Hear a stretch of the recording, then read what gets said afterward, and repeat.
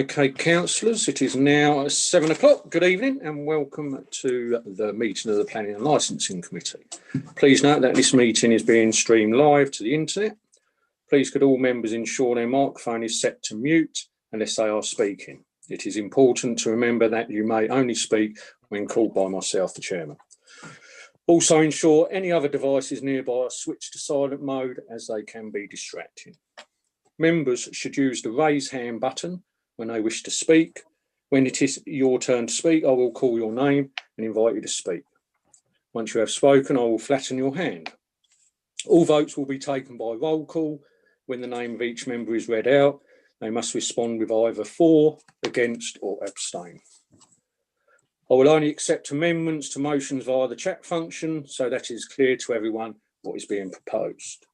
Secondly, as the chair of this committee, I would like to make a statement for the benefit of all councillors present at this meeting and for the members of the public. The applications before you, and indeed any applications you consider in the future, must be considered on planning merits only. It is essential that members adhere to this principle and ensure that their decisions are based on the papers before you and any information provided to you during the meeting. This is not the forum to discuss any ancillary issues relating to the planning applications before you. We will now move on to apologies, please. Thank you, Chairman. Apologies received from Councillor Fuller this evening. Lovely, thank you. Item 2, declarations of interest, councillors. Councillor Martin, Jim Martin. Yeah, thanks very much, Chair. And not really a declaration of interest, but I notice the speaker on our first item, his name is Ian Hardman. And I know an Ian Hardman who used to work for Wimpey Homes. So I just want to make it perfectly clear that I may know this person. I don't know whether it's the same Ian Hardman, but it's quite an unusual name. And clearly, we'll just have to see who it is, but I may well know him. Excellent. Thank you, Councillor Martin. Any other councillors? No. Moving on to item 3, minutes. To consider and approve the correct record of minutes of the meeting held on 20th of October. Are those minutes agreed? Yes. Agreed. Excellent. Item 4, minutes of the licensing subcommittee, page 11 and 12, held on the 27th of October. Those minutes agreed, councillors? Agreed. Okay, excellent. Moving on to the applications tonight, councillors. We have 2 applications, first being 200657 blocks A, B and C, Hurricane Way and Terreling Forum, Hawkinge, and Mr. Ross McCardle is going to take us through it. Thanks, Ross. Thank you, Chairman. Good evening, everyone. Here we are again. This application, as the Chairman said, is based at Terlingham Forum. It seeks planning permission for the conversion of 3 existing redundant office buildings to form 23 residential flats and for the carrying out of a number of public realm improvements, including new tree planting and formation of footpaths. The Town Council has objected to the scheme on the grounds that they consider there to be a need for commercial units in the area, but they haven't provided evidence to support their objection, and the applicant has carried out a robust and very extensive marketing exercise proving there to be no demand for these units. However, the Town Council does also state that there's an urgent need for this type of residential accommodation in Hawkinge. Members will note that the scheme does not incur any affordable housing provision. This appears unusual, but is fully in accordance with adopted national guidance in regards conversion of redundant buildings, and this is set out in detail in the report. However, contributions are secured towards local open space and play equipment provision, and the development is liable for SIL at the standard rate. The application is considered to be acceptable in all respects and is recommended for approval subject to the conditions set out at the end of the report. If you'll bear with me, I'll just try and share my screen and show you the slideshow.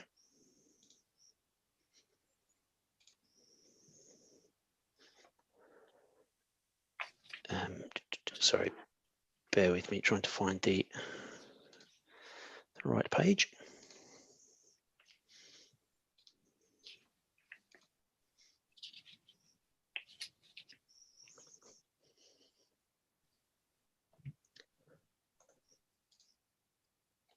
Apologies, councillors. It's just changed where everything's gone on my screen. Bear with me a second.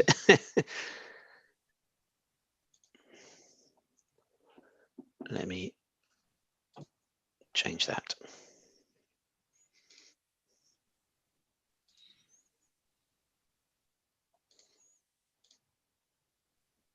There we are, that's better.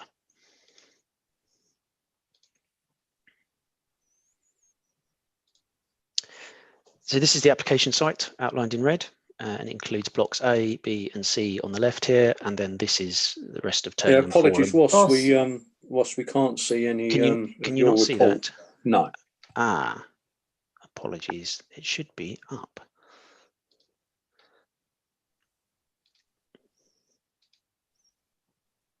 Yep, that's it now. Is that better? All good. Yep, no worries, mate. Well done. Okay. So here we are. Here's the application site outlined in red. You've got blocks A, B, and C on the left here, and then this is the rest of Turlingham Forum here. This is just a Google Maps extract showing you where we are. So you've got Spitfire Way running down towards Folkestone down here. Here's the Lidl store. These are blocks A, B, and C on the left, and then that's the retail area over there. So this is the proposed layout. You'll see there's the footpath link proposed here between the public space here and through to the pub. Got a multi-use area proposed here. This area is changing to pedestrian priority, enhanced public realm over in this section, and it's not annotated, but over here there is an area of existing car park that's to be converted to a outdoor amenity space for the proposed flats. This is an artist's impression from the design and access statement, again just highlighting this amenity space that they're proposing next to block C. So this is illustrative elevations and floor plan of the existing buildings. The external changes aren't particularly significant, to be honest. They're very hard to pick up and largely amount to putting obscure glazing on the side elevations to serve the bathrooms. The floor plan here just shows you how the flats will be laid out, with one in each corner in effect. Some site photos here. So this is standing effectively on the roundabout. As you enter the site, you've got Lidl on the left here, block A at the front, block C at the back there. And this is taken with my back to block A. In fact, there's Lidl again. There's the roundabout up that end, the entrance into the site there. And these are the existing residential blocks above the retail units. This is facing the other way. Got block B and block C with the care home behind. And you can see Lidl just off in the distance there. Then these are some photos within the site showing which areas of public realm are to be improved. So you've got, this is the access, the main vehicle access through with Lidl on your left there. This is one of the car parking areas. You can see block A and block B in the background. This is an area of public open space between existing buildings, and this is it from the other angle. This is showing you where the footpath link is to go through to the pub, and there's a footpath link proposed to Lidl there as well. And that's everything. Thank you, Chairman. Thank you, Ross. Many thanks for that. We have two speakers, first being Councillor Palliser on behalf of Hawkinge Town Council to speak on the application. Over to you, Gemma. Thank you, Chairman. As Deputy Mayor and member of the Planning Committee of Hawkinge Town Council, I am disappointed to note that this application is before you this evening. The economy of a town, large or small, is centred around its commercial businesses. It was intended that the land now occupied by Lidl's and a few shops was to be defined as employment land. Slowly, Pentland have been allowed to build more residential properties on it. It is now time to say enough is enough. The town wants businesses on this land. If Pentland argues that they intend to create low-cost homes, why weren't these built instead on land behind Lidl's instead of £600,000 properties? The excuses I've been given so far are that no one wants these 3 blocks. Why? I have seen a document produced by Pentland that shows that there is interest in them. Over 30 potential businesses. Subsequently, I find out the reason. They are too expensive and or carry extremely restrictive covenants on any potential new business. Early this year, a chartered accountant's practice wanted to relocate from Folkestone, only to be told that they are no longer for sale. Even my council made inquiries to locate itself with surrounding parish councils under one roof. The price quoted was beyond all reason. There is demand, but only if Pentland negotiate instead of turning businesses away. These 3 blocks are not suitable for domestic usage. They are far too close to the workshops that are also up for sale and to let. We in Hawkins feel like a dog on a train being pulled along by a company solely intent of making as much money as they can, then walk away. Where is their responsibility to provide a working town instead of one occupied only as a dormitory? Thank you, Chair. And Gemma, the second speaker is Ian Hardiman, applicant's agent, to speak on the application. Thank you, Gemma. Good evening, Chairman and members. Thank you for the opportunity to address the committee tonight in relation to the proposed development at Hurricane Way, Hawkinge. I am Ian Hardman, speaking on behalf of Pentland Homes. As you may be aware, this site forms part of a wider development which was originally approved in December 2011 and later amended in 2015 for a mixed-use development comprising a range of commercial and residential uses. Since this time, a large amount of the site has been developed. However, despite marketing, the office buildings remain vacant and unoccupied. As such, this application now seeks planning permission for the conversion of the 3 existing redundant office buildings to 23 residential flats. The other units on site remain as B1, B8 use. This application also includes a number of proposed public realm improvements within Turlingham Forum that seeks to improve the overall connectivity of the public realm. Through new landscaping, new servicing, new footpath connections and reconfigured spaces, the proposed amendments will provide pedestrians with an improved environment through which to navigate and improve the overall appearance of the area. In terms of the 3 office units, the application is supported by a robust marketing report. The office units have been advertised for both sale and rent through both a reputable company, commercial agent, and a local estate agent since 2018. However, during this time, there have been no serious interest or reasonable offers made. Although we note the Town Council comments suggesting there is a need for commercial units in Hawkinge, 2 of the buildings on site remain as B1, B8 use. However, these 3 office units have been marketed for a significant period of time with limited serious interest or offers made. This lack of interest in office buildings is even more so prominent in light of the current pandemic lockdown and home working, and our commercial and local estate agents have confirmed there have been no inquiries in relation to these units over the past few months.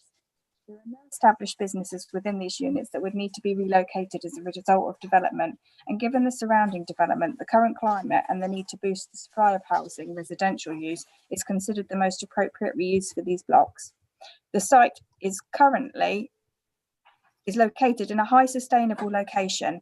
The proposals will make efficient use of currently vacant buildings, and overall the proposal will improve the public realm within the wider area. Key consultees include the Council's Economic Officer, Environmental Health Officer and KCC Highways.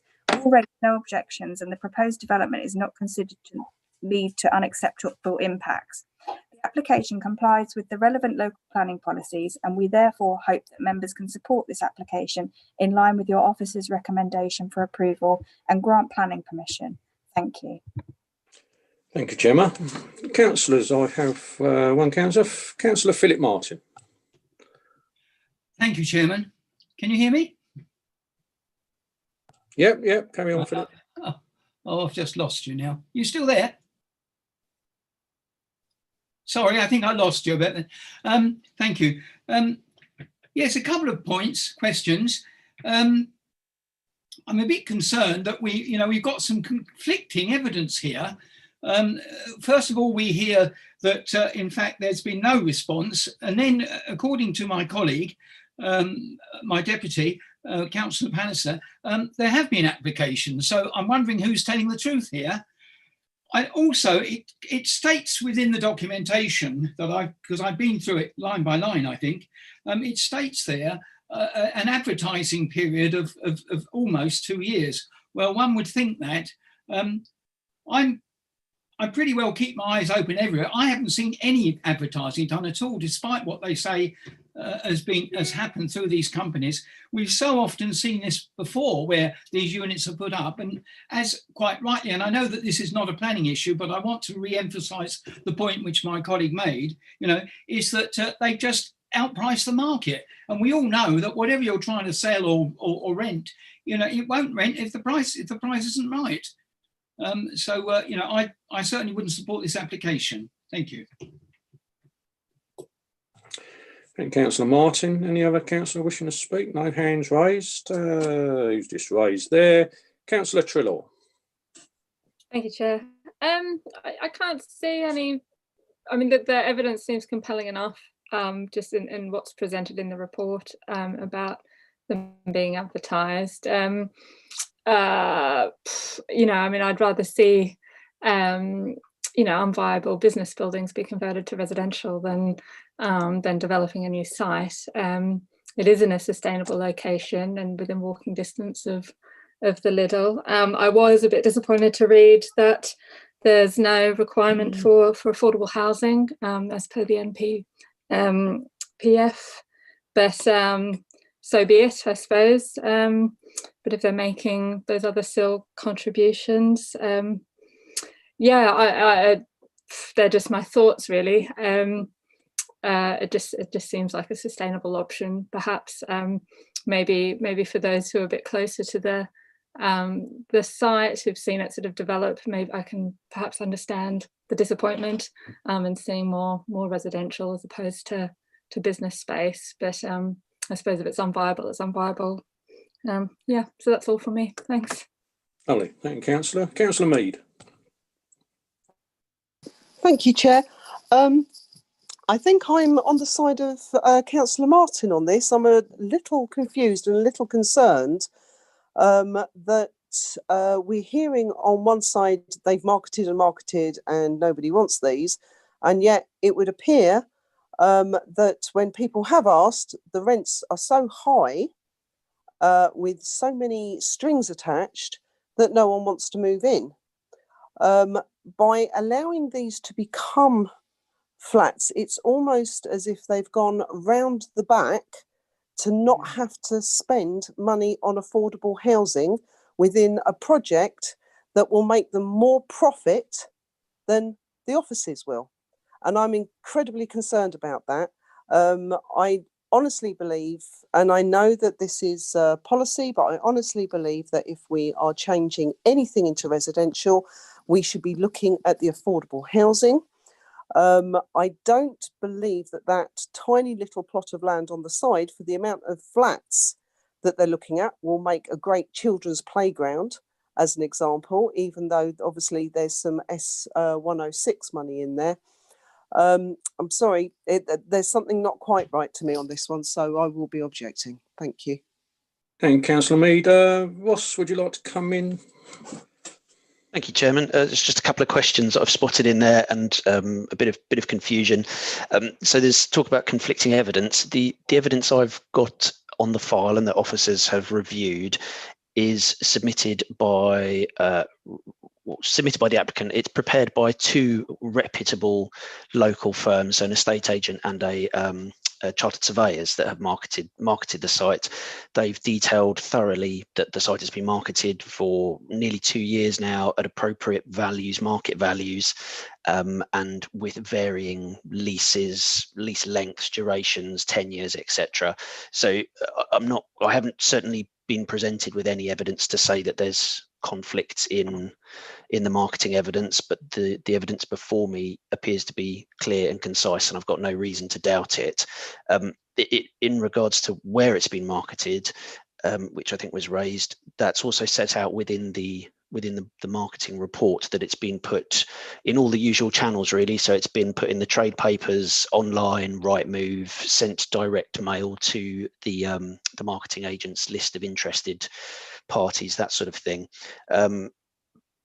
The final point that I just noted there was Councillor Mead talking about the size of the playground. The amenity space to be provided within the site, it's not actually a playground, it's just an outdoor amenity area. But as set out within the report, the site lies immediately adjacent to quite a large area of public open space, which officers consider will provide more than adequately for the site. And then as part of the accompanying unilateral undertaking, the developer's providing quite a large chunk of money towards enhancing open space and play equipment within the town.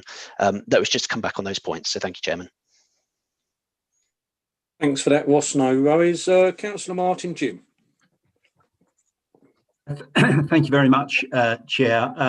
Sorry to plough the same furrow here, but just a couple of things really for clarification. The officer said they've only received evidence from the applicant and not from Hawkinge Parish Council. Yet in the statement, I think the councillor said that they had evidence that there had been a firm of accountants who had tried to rent some floor space, and in fact the parish council had tried to rent some floor space. So number one, I'd like sort of clarification on that. Number two is I think what everyone is alluding to is that this was a kind of predetermined strategy by Pentland Homes, the applicant, to avoid their affordable housing requirements. And I'd like the officer's opinion on that. Just to say that what Ross, sorry to keep referring to you as the officer, but what the officer has put in the report is absolutely in line with national planning policy. There is, under permitted development, there is no affordable housing requirement. The issue here for me is, do we sense that this is part of a coordinated and deliberate strategy by Pentland Homes to avoid the affordable housing requirements? Thank you, Councillor Martin. Mr. Lloyd, you want to come in on this? Thank you very much, Councillor. I think the first point is that members are required to make a decision based on the applications submitted before them. Up until this moment in time, we have received no contrary evidence from anybody consulted on the application, and we have asked the applicant to provide empirical evidence to demonstrate that their marketing campaign has been done for a reasonable period of time at reasonable rates and to justify that position. And having had that assessed internally, we are satisfied that it meets the requirements of policy. On the point raised by Councillor Martin regarding avoiding affordable housing, he's quite correct that the proposal as put forward is completely in line with central government's advice on vacant building credits. I won't make a comment on whether they have sought to avoid it. I don't believe they have, because it would be a rather expensive way of trying to avoid providing affordable housing to build something and leave it vacant for 2 years. It would also be a very risky business decision. I believe that they've built the development at spec in advance of having occupiers, and have now found after 2 years that they can no longer fill those units, and they're now seeking to find an alternative use. And as recommended in the report, we believe it complies with both national and local policy and has gone through appropriate checks. Lovely, thank you, Llewellyn. Yeah, I was going to pick up on a similar situation when Councillor Martin had finished. Moving on, Councillor Hollingsworth. Yes, thank you, Chairman. Well, I was actually going to say what Llewellyn's just said in terms of that we have to judge this on what we've got in front of us. It is difficult when people say they've got evidence, but I would imagine that the Town Council has had every opportunity to produce that evidence to the officer. That would be my imagination, and I would imagine, if they were under the impression that this was going to be recommended for approval, I would have thought that they would have hurried up and got that evidence in. So I have to say I go on the evidence that's in front of us. I mean, as somebody who's been involved on this planning committee for a number of years, I mean, I remember many developments in Hawkinge. Remember this original development, and I remember that we did change our minds, or or move from the policy, should I say, in terms of the care home and the little store, where it was originally planned for all residential, but because of a range of different circumstances, we agreed at the little store, and I think that was the right decision. And we also agreed the nursing home, and I think that was the right decision. I have to say, I'm not particularly happy with the flat roof and just converting these commercial buildings into residential, but I feel that with the evidence that's presented and the fact that rather than have buildings empty, it seems to be much more appropriate to put them to good use in terms of the flats. I just wanted to ask a question. It talks about that they're all above the minimum standard, and that the smallest one is 44 square meters. I just wonder if you could tell me, I can't remember the minimum standard. I'd like to just know that. And just a point in 6.3, it says borough, and I get very, very cross when I read borough. We're a district.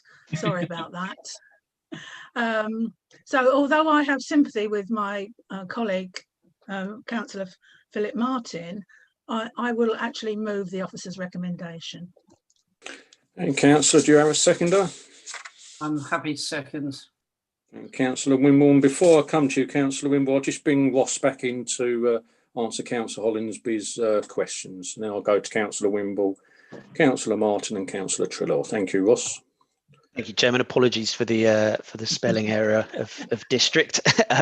The minimum standard for a flat is 37 square meters or 39 square meters, depending on whether it has a shower or a bathroom. So we're well up above that here, and that's the very smallest flat comes in at the figure at least, I think it was 40 or 44 that Councillor Hollingsby quoted at me, which I'm sure is correct. And then the rest of the flats only increase from there, that they're all well above the standard.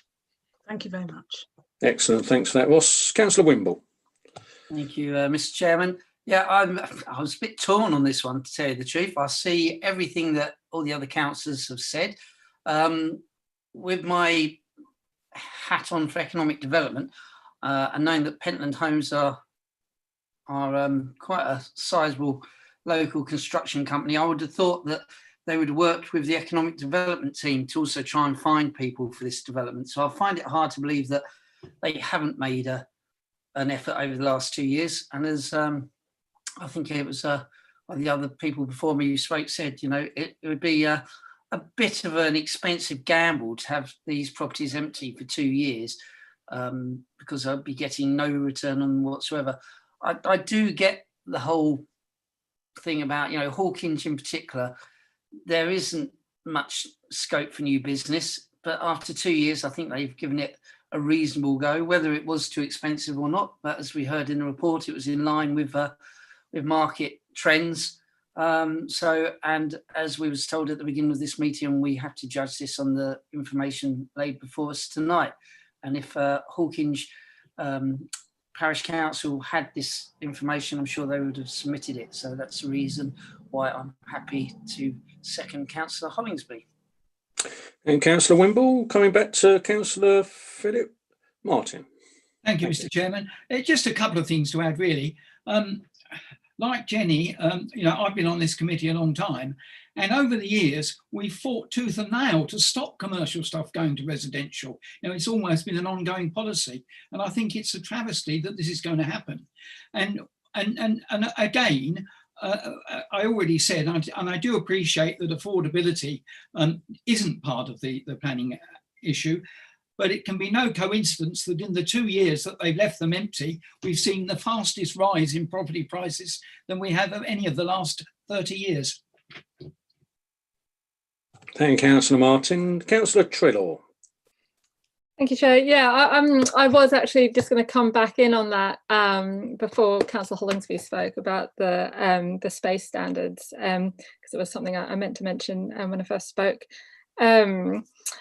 And I guess my concern, well, I mean, there's been a lot of conversation, you know, across the country about converting commercial space to residential, especially during COVID. But you know, the concerns that come up time and time again are that you know, these property developers are just sort of converting and creating these sort of shoebox dwellings. So I guess I just did want to just point to the fact that yeah, I was quite pleased to see that the size of these flats are above the space standards in the national framework. So you know, as to whether or not the you know, the fit is of high quality, but I suppose that's not up for us to debate. And I suppose just another thing that occurred to me, if we're sort of discussing how this place has been marketed and that the town council sort of seek to rent a space, it occurred to me that the town council's budget probably isn't that high for a commercial space like that. So I wouldn't take that as a test on whether you know, it was sort of affordable or not. But yeah, that's all. Thanks. Lovely. Thank you, Councillor. Other candidates indicating to speak. I will go to the vote. I have one proposal to go with the officer's recommendation, proposed by Councillor Hollinsby, seconded by Councillor Wimble. Over to you, Gemma. Thank you. It's Kate. Thanks, Sorry, Councillor. apologies, Kate. Thank you. I'll read names out in alphabetical order. For, against or abstain, please. Councillor Collier. For. Councillor Goddard. For. Councillor Mrs Hollinsby. For. Councillor Keane. Abstain. Councillor Jim Martin. For. Councillor Philip Martin. Abstain. Councillor Mead. Abstain. Councillor Mayers. Against. Councillor Treloar. For. And Councillor Wimble. For. Thank you.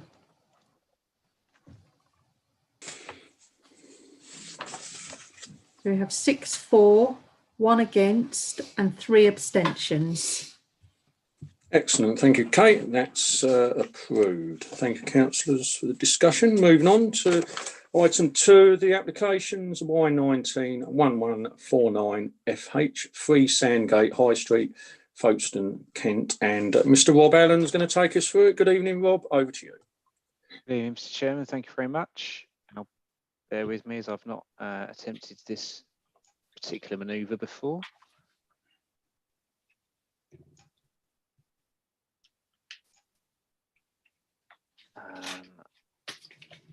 Are people able to see that? No. No. Right.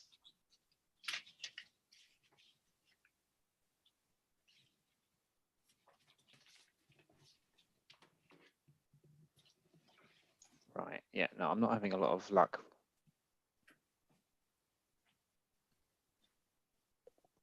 Let's zoom.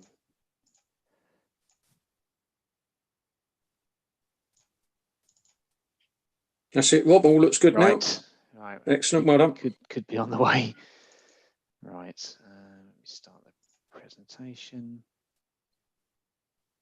I don't know which slide you're seeing now.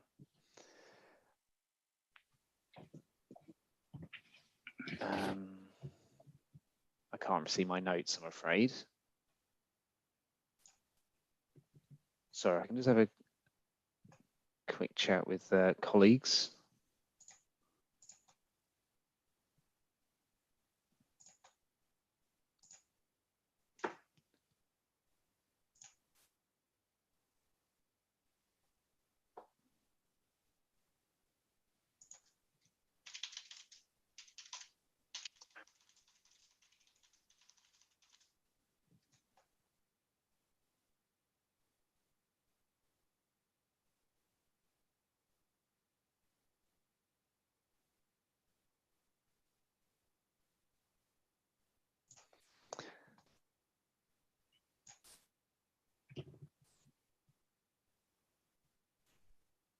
Apologies, just while we try and sort this out.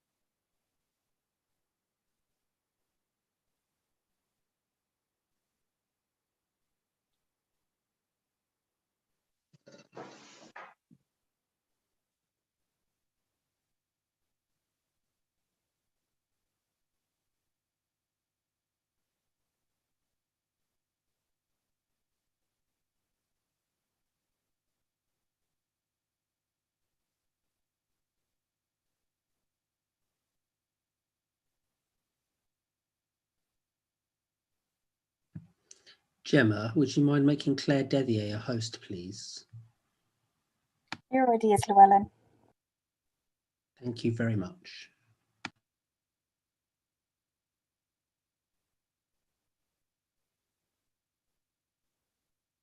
Please bear with us, councillors. We're just loading the presentation. Slight technical difficulties.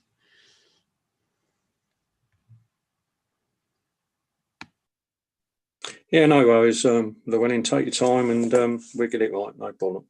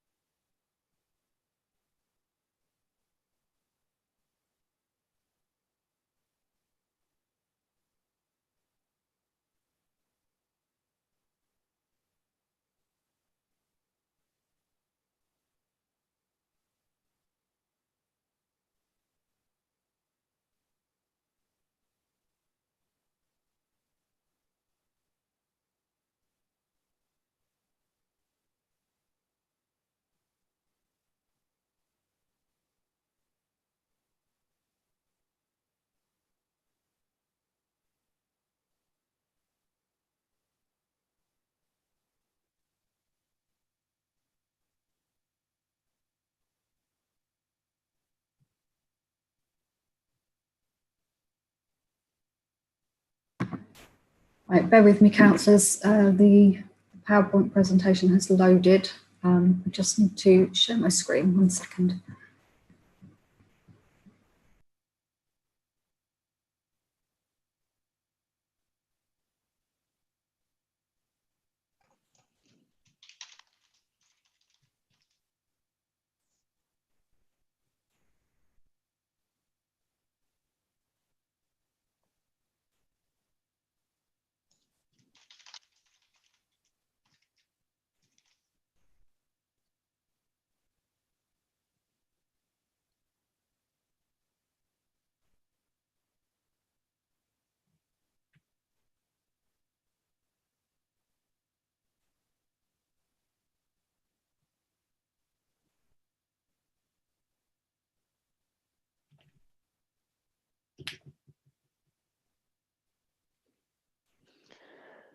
Thank you very much, everyone, for your patience there. I'll kick on now. Mr. Dithier's helping me very kindly.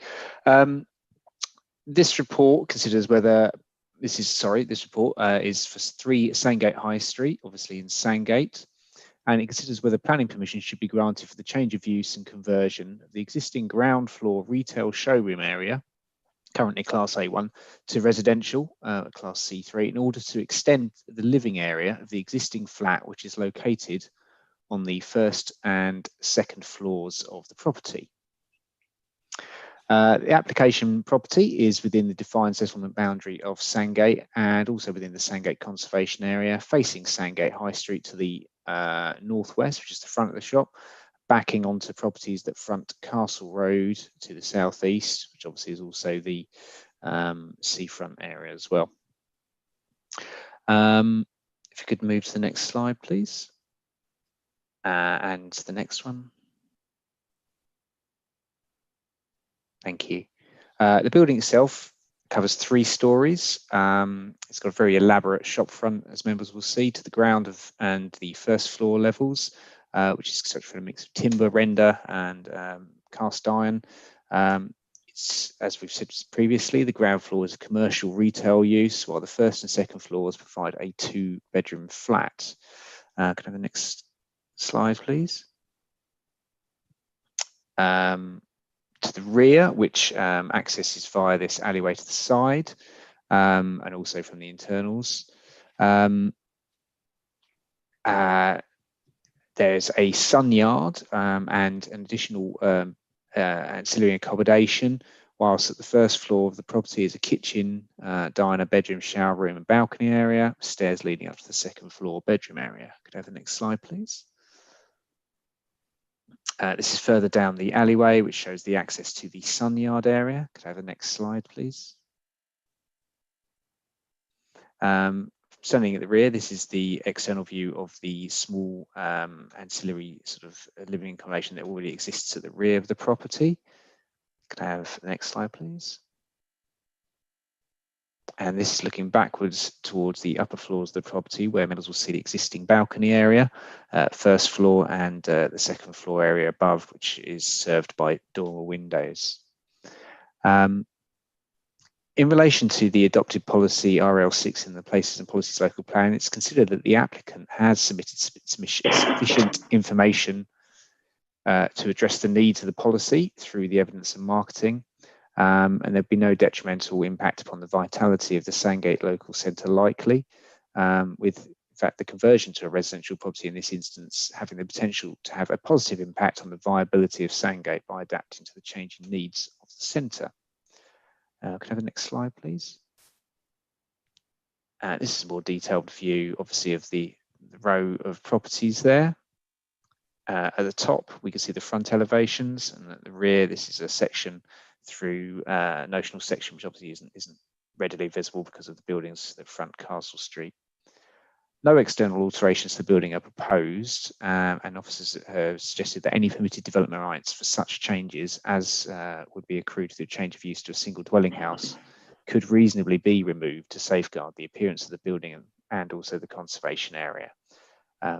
All other material considerations relating to the existing and the proposed residential amenity and parking requirements considered to have been addressed and found to be acceptable, and consequently the officers recommend the application for approval subject to the conditions at the end of the report. I have one item to add verbally that arrived today, which came from Sandgate Parish Council. The Parish Council principally objects on the ground of a conversion to a commercial/retail property to residential in conflict with the objectives of the newly adopted Places and Policies Local Plan 2020, specifically Chapter 11, Retail and Leisure, paragraph 11.48, which states, Sandgate High Street has been identified as a local centre to reflect its importance to the local community. Retail units here have been under threat through conversion to residential use, which is starting to undermine the character and vitality of the centre. Policy RL6 restricts such conversions. The Parish Council considers that the site is commercially viable, notwithstanding the current exceptional circumstances which are placing strains on many retail outlets. The parish also considers the property to meet the criteria for local listing in accordance with the Sandgate Design Statement 2020 Appendix A, with the shop frontage in particular being of architectural merit. any works of the property should conserve this feature now and in the future. I think could I have the next slide, please? Yes, for members there, we can see that this is the internal area referred to in the description previously, which would be unchanged, other than where we can see identified as retail area on the ground floor on the right hand side of the picture there, image there. That would just become incidental living space to the rest of the property. Thank you very much. Thank you, Rob, and thank you, team, for getting that all sorted out. Councillor Collier. Chairman, yes, thank you very much. I think that's a very good report on the part of the officers. I think it's comprehensive. The thing that strikes me most of all is that this property and indeed the one immediately adjoining are currently both for sale through Warden Partners. They are well away from what I would call the main centre of Sandgate. They're more or less opposite the entrance to the Saga building. And there are two houses immediately to the left of them and other houses as one proceeds, let's say, up the hill. There is the Sandgate Parish Council offices and library to the right. And I think if anybody was wanting to embark upon a new business in Sandgate, they would be probably much more likely to want to be much nearer the centre, where I believe, although I can't state with any great authority, I believe that there are at times properties which become available there. And I think it just makes sense, quite honestly, to concentrate the centre that little bit further down the road. So on the basis that I think it's a very thorough report, and I would like to move the officer's recommendations. Thank you, Chairman. Councillor Collier, do I have a seconder? Happy to second. Councillor Hollinsby, thank you very much. And it's Councillor Wimble to speak now. Thank you, Mr. Chairman. Yes, this is a little bit different to the other units that we was talking about in agenda item before, in as much as this has been a commercial property previously. But I agree with what Councillor Collier says. It's right opposite the Saga entrance.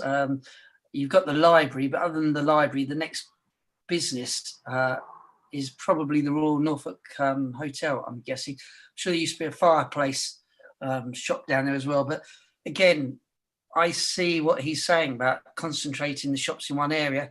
I'm, however, a little bit worried that you might be starting a precedent if you start working from the outside in. You could have the same thing with New Romney. Some of the shops at the far end of the high street, I've already heard about them being converted to homes.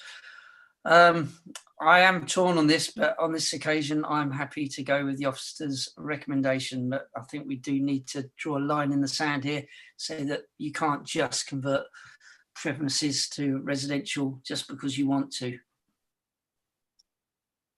Councillor Wimble. Councillor Jim Martin.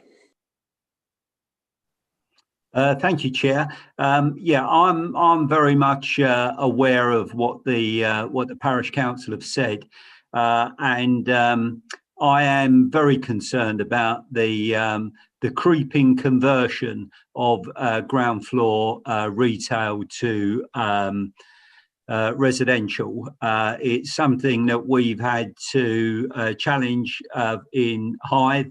Hythe High Street is always under pressure for ground floor conversions, and I think the report is excellent. I understand all of the points made, but I just wonder where we would actually draw the line. You know, I get it, but I'm prepared to be persuaded, but I would tend to vote against this. And Councillor Martin, obviously the line comes where every application is judged on its merits. You know, obviously most of us understand that, you know, we can't put lines here, lines there. I understand exactly what you're saying, Jim, but every application on its merits I don't think anybody likes seeing businesses cease and stop trading. Councillor Mead. Thank you, Chair. I think my big worry is this isn't a conservation area. That strip of starts with houses and going into shops has a very specific character that you lend to Sandgate. The fact that they've advertised at the moment, we know that even in the run-up to COVID and the lockdowns, there were hard times. But I personally believe that there will be a bounce back, especially in such characterful properties as there are along that particular strip of road. I think in a conservation area specifically, we should not lose that character. That's why it's in a conservation area. So I'm afraid on this case, I can't actually support this one. Thank you. And Councillor Mead. Any other councillor wishing to speak? Councillor Hollingsby. Sorry, Chairman. I thought I did raise my hand. I forgot what I was going to say now. I was going to say what actually persuaded me to second this was the fact that the external appearance is not going to be changed, and there is a condition, and the permitted development rights have been removed, and therefore I think should an upturn happen, should there be a lot of people looking for a retail shop or premises in Sandgate, there is the possibility of converting it back. So that's what, and I have to say, I'd much rather see it being used than being laid dormant for however long that might be. And also you have to take into account, although it's not a material planning consideration, that, you know, can people afford to keep a property empty for a long period of time? And I think that the answer is probably, certainly for a small retail outlet, no. So I'm happy to second the proposal. Thank you, Councillor Hollingsby. Councillor Dutrillo. Thank you, Chair. I think for me, you know, it would be a case-by-case basis, clearly. So, you know, if we were talking, you know, if it was a little bit more central in that on that high street, you know, I wouldn't be so keen. But you know, I know that strip quite well, and it really is on the periphery, which I think for me just, you know, sways it as long as the character is kept.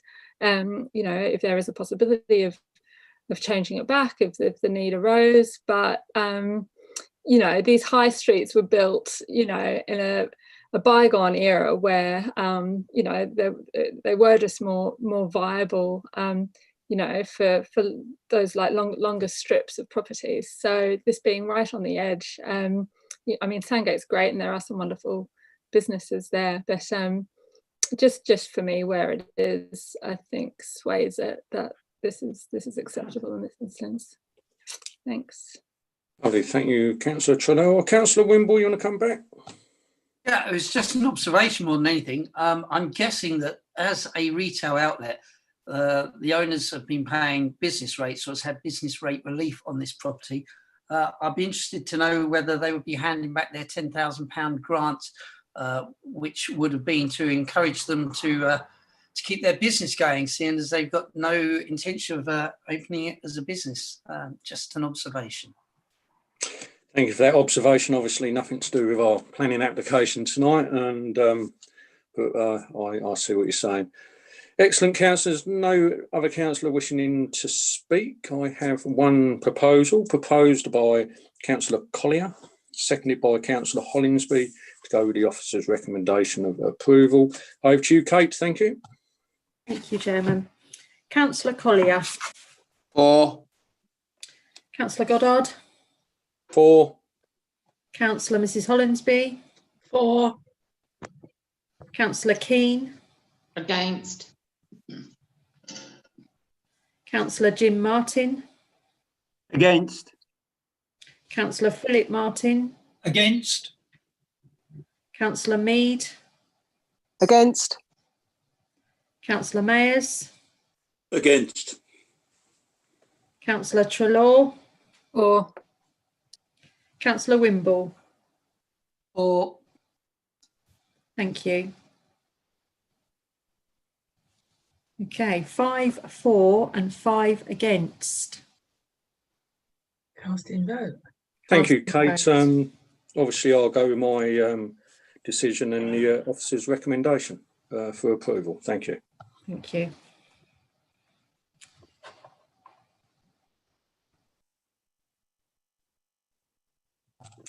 Thank councillors. Moving on to item 7, revised Hackney carriage and private hire taxi licensing policy. Report DCL 2030 sets out the next stages for publishing the council's Hackney carriage and private hire taxi licensing policy.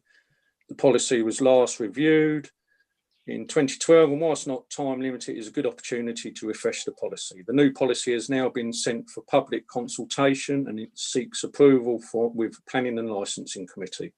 The purpose of this report is to highlight the feedback received during the consultation and give the committee the chance to make any final amendments before it is published. Good evening, Bryony. Over to you. Thank you. Good evening, councillors. Thank you very much. So, as you mentioned, a full review and update of the policy has been carried out. In July 2020, the Department for Transport issued a document called Statutory Taxi and Private Hire Vehicle Standards, which contained a series of recommendations for councils to implement unless there was a compelling reason not to. And that document, there's a link to the document at the end. So the recommendations that the DFT put forward were included in the policy. It was sent out for an 8-week public consultation. The policy did not propose radical changes, but seek to modernise and refresh the policy to ensure it's fit for purpose. The policy included a number of changes. I won't go through them all individually. There's quite a long list of them. But suffice to say that the consultation was sent out to all ward councillors, taxi licence holders, town councils, parish councils, Kent Police, etc., including a range of charities and organisations such as Age UK and the Romney Marsh Day Centre, Kent Association for the Blind, and some more that are on the list there. It was also advertised to the public on our website, through a press release and through social media. Surprisingly, I felt we only received 4 responses that were relevant to the policy. I can hopefully assume from that that most people were supportive of the policy and didn't want to recommend any changes. The 4 responses that were relevant are listed. So one comment was that the Hackney vehicles should be limited in the district because there's too many of them. The age policy of the vehicles, because hybrid vehicles are more environmentally friendly than diesel cars, we could consider accepting 5-year-old hybrid cars and keep diesel cars at 3 years old when first licensed. Another driver didn't want too much of a strict dress code because they needed to be comfortable. They also felt that drivers who apply for private hire should be made to apply for a Hackney licence within a year because there's too many private hire drivers. And 2 comments regarding the age limit of the drivers. They did not feel that there should be no age limit. One person saying that they should be at least 21 years old, and one person saying that an 18-year-old doesn't have enough life skills or road sense for this role when they work with vulnerable people. The Department for Transport does recommend, or did in 2010, that it shouldn't be necessary to set a maximum age limit for drivers, provided that regular medical checks are made, nor do minimum age limits beyond the statutory periods for holding a full driver licence, and that is for 1 year, seem to be appropriate. Applicants should be assessed on their merits. So those were the comments that were received back. So councillors are asked to decide if these points raised in the consultation should result in the draft policy being amended, or if it should be published as it stands, or indeed if there are any other comments that they'd like to add into the policy. Thank you, Chairman. Thank you, Barney. Councillors, anybody wish to add, edit, speak? Councillor Treloar. Thank you, Chair. I'm not sure whether those points raised merit being included.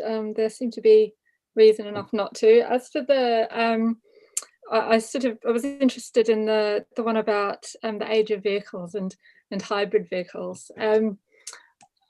I mean, with hybrids, if you're doing sort of, it's only when you're up to a sort of speed, and on motorways that the electric sort of kicks in anyway. So they are still, you know, quite polluting just on sort of low speed trips and sort of local trips around towns. So I'm not sure even that is sort of compelling enough. Yeah, as for the age limit, I think being based on merit is fair enough. You don't want to be getting into age discrimination when you know, one 18-year-old is very different to another. Yeah, they're my thoughts really. Thanks. Thank you, Councillor Treloar. Councillor Wimble.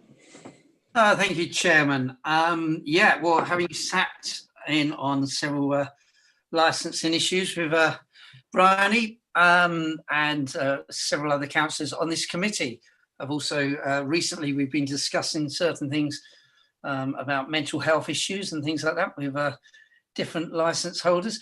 The 18-year-old minimum age, I think, as Councillor Treloar mentioned, you've on very sticky ground there. I know we're entitled to do pretty much what we want as the authority, but that is age discrimination. I think if somebody's able to pass their driving test and prove that they've got the skills to drive competently, who are we to stop them? So I've read through this with quite fine detail. And I think that we're a council that takes our licensing very seriously, as other members of the licensing committee, when it comes to taxes will tell you we take it very seriously. So I'm more than happy to move that we go with the officer's recommendations to publish this as written. Happy to second, Mr. Chairman. Thank you, Councillor Martin. Thank you, Councillor Wimble. And next to speak is Councillor Jim Martin. Oh, thank you, Chair. Yeah, just to reiterate Councillor Wimble's comments, really.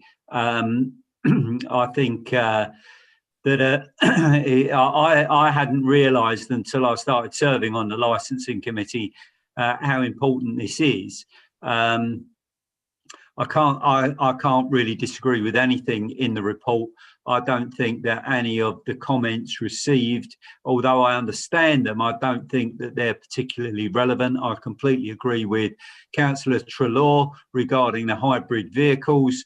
My heart says that 21 should be the age limit, but I realise that that is completely unenforceable and that we need to make up our mind about individual drivers regardless of their age. So my namesake Councillor Martin got in before I could second. I think Bryony's done a very, very good job here, and I completely support it. Excellent, thank you, Councillor Martin. Yeah, just to echo yourself and previously Councillor Wimbo, you know, it's an excellent report, and you know, you do, you know, I watched the fine work that you councillors do on the licensing committee with Bryony and team, and like I say, it's been a good report, and you know, no sort of issues have come to light from anybody else. So any other councillor wishing to speak? Sorry, I can't raise my hand again. Right, okay, Councillor Hollings, we go for it. I was only just going to say that I totally agree with my fellow councillors. As somebody who sits on the licensing committee on occasions, there are some difficult decisions to make, and I think having a very clear policy can only be a good thing. So I'm very happy to support this. Excellent, thank you, Councillor Hollingsby. Any other councillor wishing to speak? Okay, we have a proposed Councillor Wimble, seconded by Councillor Philip Martin. Over to you, Kate. Thank you, Chairman. Councillor Collier. 4. Councillor Goddard, 4. Councillor Mrs Hollinsby, 4. Councillor Keane, 4. Councillor Jim Martin, 4. Councillor Philip Martin, 4. Councillor Mead, 4.